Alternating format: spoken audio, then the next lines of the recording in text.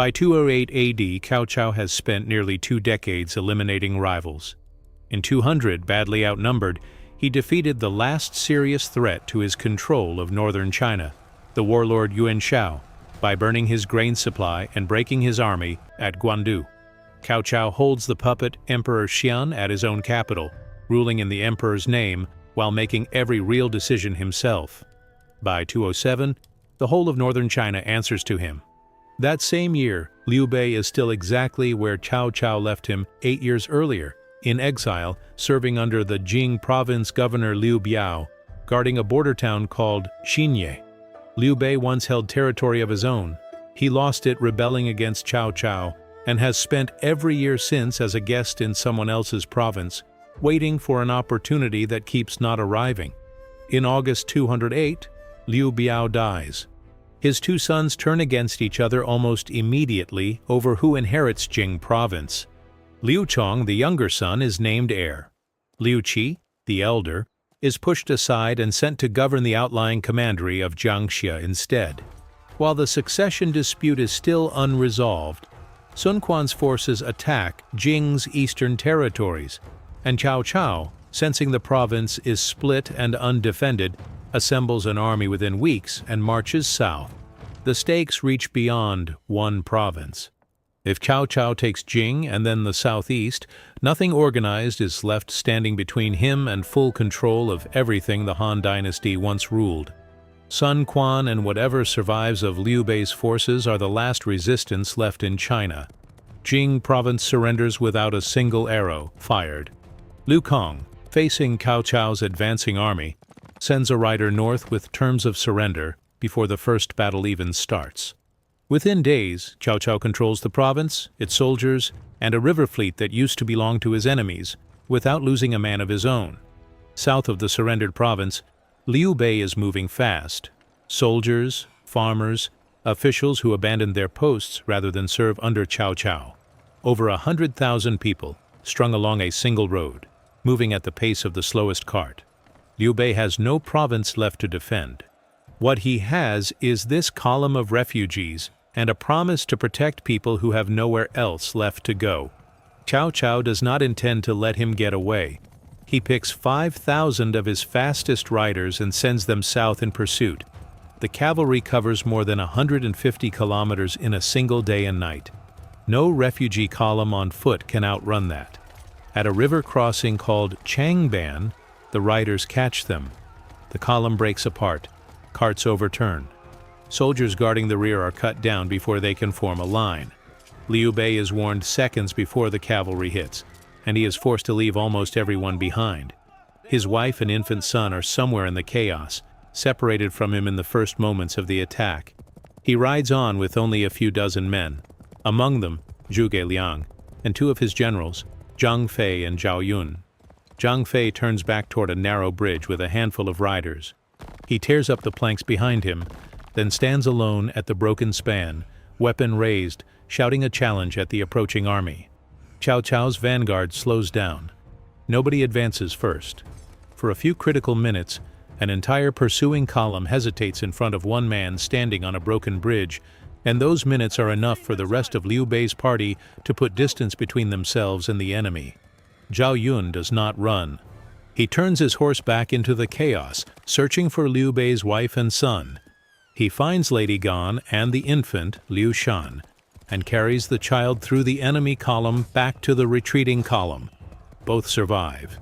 Later retellings would turn the ride into a duel against a dozen named enemy officers, cutting through Cao Cao's entire army alone. The oldest surviving account is plainer than that. He rode back into the chaos, and he came out of it with the 2 people he went in for. Almost nothing else does. Liu Bei's remaining soldiers, his supplies, and most of the 100,000 civilians who followed him out of Jing province are captured, scattered, or dead by the end of the day. The survivors keep moving east, away from Cao Cao's main force, toward the Han River. There they meet ships under Liu Qi, the dead governor's elder son, who still holds the commandery of Jiangxia. Guan Yu arrives with reinforcements he had kept in reserve. Together they sail down the river to Xiaku. Cao Cao does not chase them any further. Liu Bei was never the real objective. The river was. He turns his army toward Jiangling, a major naval base, and takes it, along with the fleet Liu Kang's surrender had already handed him. With Jing province and its navy secured, Cao Cao sends a letter to Sun Quan, the young ruler who controls the territory further east along the Yangtze. In it, he claims to command 800,000 troops and states that he intends to hunt Sun Quan's forces on the waters of Wu. The letter reaches Sun Quan's court before Liu Bei's envoy does. Officials who read it go quiet. At Xiaku, Liu Bei has almost nothing left to negotiate with. His army is broken, his territory is gone. What remains is Zhuge Liang, and Zhuge Liang understands that Liu Bei's only path forward runs directly through Sun Quan. He sails down the Yangtze to Chaisang to meet him in person. Inside Sun Quan's court, the argument is already underway before Zhuge Liang arrives. Zhang Zhao, the senior advisor, speaks for surrender. Cao Cao holds the emperor. Resisting him means resisting the throne itself. His fleet alone outnumbers anything we can put on the water. For years, the Yangtze itself has protected Wu, since no northern army had enough ships to cross it in force. That protection is largely gone now. Cao Cao controls Jing province's shipyards, its crews, and its harbors, all the way down to Jiangling. Zhang Zhao's argument is simple. The river Wu has always hidden behind no longer belongs only to Wu. Sun Quan listens and says nothing. Partway through the session, he steps out of the hall. Lu Su, one of his advisors, follows him outside. Every other man in that room can surrender and keep his rank under Cao Cao. Lu Su tells him, "You cannot. If you surrender, what is left for you to hold?" Sun Quan does not answer. He returns to the hall without giving Zhang Zhao's faction what they want. When Zhuge Liang is finally brought before him, Sun Quan asks directly what Liu Bei intends to do next. Zhuge Liang does not soften the situation. He tells Sun Quan that Liu Bei's forces are shattered, that resistance without Wu's support is hopeless, and that the only real choice left is whether Sun Quan fights now on his own terms or surrenders later on Cao Cao's. It is closer to an ultimatum than a request for help. He adds one practical point in Liu Bei's favor. What remains of Liu Bei's army has already fought Cao Cao's vanguard once and knows this stretch of the river. Combined with Sun Quan's navy, the allied force is not as weak as its numbers alone suggest. Left to face Cao Cao alone later, after Liu Bei's remnant is gone, Sun Quan's position will only be worse. That night, Sun Quan summons Zhou Yu, his senior military commander. Zhou Yu has already reached his own conclusion, independent of anything Zhuge Liang said. He lays out exactly why Cao Cao's army is weaker than its size suggests. The north is not fully secure behind him. Rival warlords still threaten his rear. His troops are cavalry and infantry, not sailors, put onto ships they were never trained to operate. It is winter, and there is no grazing for the horses he brought south. His men, raised in the dry north, are entering swampland and river country carrying diseases they have no resistance to. And despite the number Cao Cao claims, Zhou Yu estimates the real force marching toward them is closer to 230,000 men, a large portion of them only recently absorbed from Liu Kang's surrendered army, their loyalty to their new commander untested. Sun Quan stands, draws his sword, and brings it down on the corner of the writing desk in front of him, cutting it off in one motion. He tells the room that any man who still argues for surrender will share the same fate as the desk. The decision is made. Zhou Yu and Cheng Pu are given 30,000 men and sent upriver to join what remains of Liu Bei's forces. Combined with Liu Bei's roughly 20,000 soldiers, the Allied army numbers close to 50,000. 50,000 men against a force Cao Cao himself claims is 800,000 strong. Even using Zhou Yu's more accurate number, the Allies are outnumbered by more than 4-1. The combined fleet moves upriver from Xiaku toward a stretch of the Yangtze called Red Cliffs, named for the reddish stone bluffs standing over the water there, where Cao Cao's advancing forces are expected to arrive. They meet his vanguard there in a short engagement. Cao Cao's men, worn down by the pace of the campaign and already carrying disease through their ranks, cannot break the Allied line. Neither side gains a clear advantage. Cao Cao pulls his fleet back to Wulin, on the northern bank. The Allies withdraw to the southern side. Between them, the river. A significant part of the fleet Cao Cao now commands did not exist under his own banner 2 months earlier. It is Liu Kong's former navy, crewed by Jing province sailors who surrendered without a fight and feel no particular loyalty to the warlord now giving them orders. Combined with the newly absorbed infantry, a large share of Cao Cao's army is made up of men who joined him, willingly or not. Within the same season, they are now being asked to fight and possibly die for him. Inside Cao Cao's camp, confidence has not wavered. His officers count 50,000 men on the far bank and measure it against the hundreds of thousands marching under Cao Cao's own banner. Several say openly that the southern lords have picked a fight they cannot win. None of them are watching the sick list as closely as they should be. For days, the two sides hold their positions. On the northern shore, more of Cao Cao's soldiers fall sick. Some modern researchers argue the illness moving through the camp was schistosomiasis, a parasite carried by freshwater snails in the region's marshes and flooded fields, something southern soldiers had built up resistance to over generations, and the northerners had never encountered at all.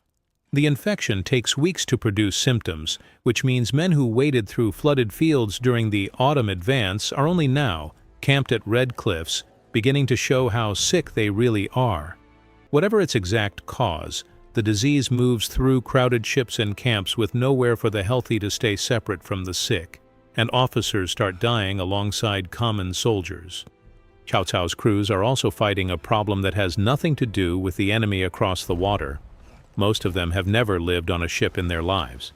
Vessels roll and pitch even at anchor, and seasickness spreads through men who spent their lives on horseback and solid ground. To solve it, Cao Cao orders his ships lashed together, bow to stern, hull to hull, across the length of the northern anchorage. Locked into place, the fleet stops rocking. Men can walk between decks without losing their footing. It solves that one problem completely. On the southern bank, Zhou Yu watches the northern fleet settle into its new formation and understands exactly what it means. A fleet that cannot separate quickly is a fleet that cannot escape quickly either. One of Zhou Yu's senior officers, Huang Gai, brings him a plan. Attack with fire. Huang Gai proposes sending word to Cao Cao offering to defect, ships and men included. If Cao Cao believes it and allows the ships to approach, they can be turned into weapons before anyone on the northern side realizes what is happening. Zhou Yu approves it. Huang Gai's letter crosses the river, describing his dissatisfaction with Sun Quan's leadership and his wish to bring his forces over to the winning side. Whether Cao Cao fully believes the letter or simply sees an opportunity too good to question, he agrees to receive the defecting ships when they arrive. Behind the southern lines, Huang Gai's crews load a squadron of vessels with dry reeds, kindling, and fat soaked in oil. Small boats are tied behind each one, ready for the crews to escape once the fire is set. Everything now depends on the wind. This stretch of the Yangtze typically carries a north wind through the winter months, which would push any fire back toward the southern shore instead of the northern one. For the plan to work, the wind needs to reverse. On the chosen night, it does. A wind out of the southeast picks up across the water, blowing directly toward Cao Cao's chained fleet. None of this requires anything beyond ordinary planning. Popular retellings written centuries later would add a ritual to summon the wind, as though a natural shift in the weather were not a strong enough explanation on its own. The surviving record describes no such ceremony. It describes a commander who recognized that a chained fleet loaded with sick and untested crews made an exceptional target, and who waited for the one condition he needed before giving the order to attack. Historians still argue about exactly where along the river this happened. Candidate sites have been proposed and debated for over 1,000 years, and the course of the Yangtze itself has shifted since the 3rd century, erasing some of the landmarks that might have settled the question for good. What the surviving records agree on is what happens next. Huang Gai's squadron sets out from the southern bank under sail, flying signals that mark them as the promised defectors.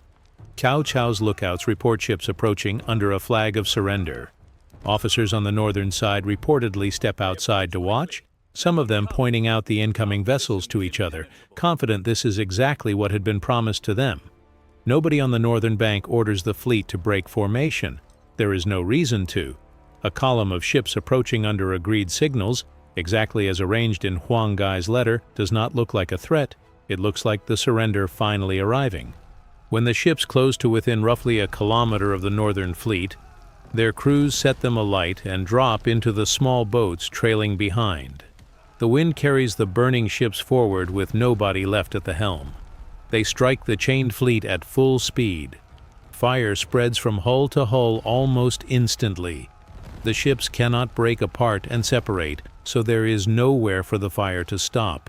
It reaches the shore camps built close to the water. Men and horses caught between burning ships and a riverbank with nowhere to retreat are killed by the fire or drown trying to escape it. Zhou Yu does not wait for the flames to finish the job. He leads a lightly armed force across the river directly behind the fire, striking the northern camp while it is still in chaos. Cao Cao's soldiers, already weakened by disease and now scattering from a fire they cannot outrun, cannot organize any kind of defense. What had been the largest army in China becomes a crowd of men trying to survive the night. Within hours, Cao Cao understands the campaign is lost. He orders a full retreat, and before withdrawing, sets fire to what remains of his own fleet rather than leave it intact for Zhou Yu to take. The retreat north follows a route known as Huarong Road, a track running through marshland close to Dongting Lake. Days of rain have already turned it into deep mud. Cao Cao orders his sick and wounded soldiers to cut grass and lay it across the worst sections so that cavalry and the remaining wagons can cross without sinking. The men laying the grass are then trampled by the horses and carts passing over them. Others simply sink into the mud and are left behind. Horses go down beside them, unable to find footing, and are left where they fall. The column moving north from Red Cliffs is a fraction of the one that marched south 3 months earlier, crossing frozen marshland with no supply line behind it and an enemy still following. Disease keeps moving through the retreating column, and by the time the survivors reach safer ground, hunger has become almost as dangerous as anything chasing them. Zhou Yu and Liu Bei give chase by land and water, following the retreat as far as Nan Commandery before the pursuit finally loses momentum. The chase itself nearly collapses into disorder on the Allied side. Forces converging from different directions crowd the same river crossings, competing with each other for space on the few ferries available to get across the Yangtze. Sun Quan's commander Gan Ning secures a foothold on the northern bank at Yiling to help restore order to the pursuit, and it is only a determined rearguard action by Cao Cao's cousin, Cao Ren, holding the line at Jiangling, that stops the retreat from turning into a total collapse. Cao Cao reaches the north. He leaves Cao Ren and the general Xu Huang to hold Jiangling and continues on to his home base at Ye. The following year, Jiangling itself falls to Zhou Yu, and the southern edge of Cao Cao's territory contracts by more than 150 kilometers, settling back around Xiangyang. He will never again field a fleet the size of the one that burned at Red Cliffs, and he never gets another chance to cross the Yangtze and finish the campaign he started that autumn. No reliable count of the dead on either side survives. What the fragments of surviving record agree on is the scale of it. An invasion force that had numbered in the hundreds of thousands crosses back into northern territory, as a remnant of what it had been, its sick and wounded still dying along the road home. In a letter written sometime after the battle, Cao Cao gives his own account of what happened. He states that disease was the real cause of the defeat, that he burned his own ships and withdrew before Zhou Yu could do any further damage, and that it is unreasonable for Zhou Yu to be credited with a victory that circumstance had already decided for him. Most historians who study the letter read it for exactly what it looks like: a defeated commander protecting his own reputation. The victors do not divide what they have won cleanly. Liu Qi, appointed inspector of Jing province for his role in the campaign, dies of illness only months later, and his territory passes to Sun Quan. Liu Bei, with no rival claimant left, takes the title for himself and moves to occupy 4 commanderies south of the Yangtze. Sun Quan's forces have taken far heavier losses than Liu Bei's in the extended fighting against Cao Ren that follows the main battle. And when Zhou Yu dies the following year, Sun Quan's position in Jing province weakens further, at exactly the moment Liu Bei's position is growing stronger. Before his death, Zhou Yu had already won Sun Quan's approval for a further campaign west into Yi province, a plan meant to double Wu's territory and press Cao Cao from two directions at once. With Zhou Yu gone, the campaign is never launched, and Yi province falls instead to Liu Bei several years later. The alliance that defeated Cao Cao at Red Cliffs does not survive its own victory. Part of the friction traces back to a single arrangement. Sun Quan allows Liu Bei to hold the strategic commandery of Jiangling on what both sides treat, at least at first, as a loan. It is a decision Sun Quan's court will spend the next decade regretting. Sun Quan and Liu Bei are already in open competition over the rest of Jing province before the last of the fires along the riverbank have gone out. What the battle does settle, permanently, is the shape of the country going forward. Cao Cao keeps the north. Sun Quan holds the southeast. Liu Bei, who arrived at Red Cliffs with almost nothing left after Changban, leaves it in control of territory that becomes the foundation of an independent state. Within 12 years, Cao Cao's son ends the Han dynasty outright and takes the throne of a new state, Wei. Liu Bei answers within months, declaring an empire of his own, Shu Han. Sun Quan waits until 229, 2 decades after Red Cliffs, before doing the same. 3 kingdoms, 1 river running between them. None of it was decided by the size of either army. It was decided by disease moving through crowded camps, by a wind that turned south instead of north on a single winter night, and by a fleet chained together to solve one problem that turned out to create a much larger one.